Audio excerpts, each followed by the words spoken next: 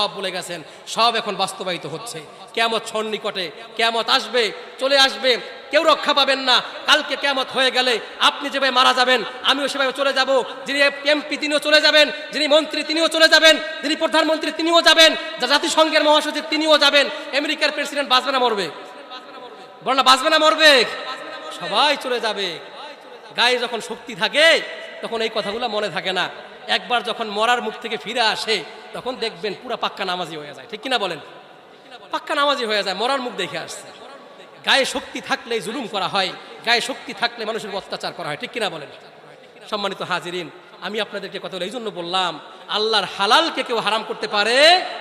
সে যেই সরকারি হোক, যেই সরকারি হোক। আমিও যদি হই, আমার হারামকে আপনারা মানতে পারবেন? কি বলেন, পারবেন? পারবেন না। আবার আল্লাহর হারামকে কেউ হালাল করতে পারবে না। আমাদের দায়িত্ব হচ্ছে আপনাদেরকে বুঝানো।